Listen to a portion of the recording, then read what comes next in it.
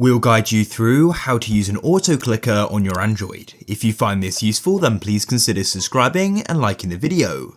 First of all, we'll need to get an auto clicker app, so open up the Play Store like so, and you want to click on search and type in auto clicker. The one I like to use is this one at the top, auto clicker automatic app. So click install and wait. It's now downloaded and it's now installing, and then what you can do is go and click on open. Click OK as you need to go and give it the correct permissions. Click on installed apps here, then click on auto clicker. And then what you need to do is go and switch this on and go and click on allow, like so. You can choose how to start the function, and I've now done that. And what you need to do is hit the switch so it now says on. Now what we can do is come back to the app. You can choose if you want to use single or multi-targets mode. In this case, I'll use single. You can go and click on settings and you can choose the interval between each click. And there's a few other settings as well. Then all you need to do is go and click on enable and you'll go and have this thing pop up on the side.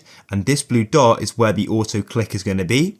So now what I'm going to do is I want to go and set this up in my camera, for example.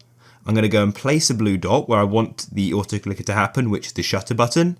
And then all you need to do is click on the play button over to the left. And now as you can see, it's now automatically clicking the shutter button. You get the idea. And as I said, you can adjust the frequency in the settings. It's that simple. If you found this useful, then leave a like.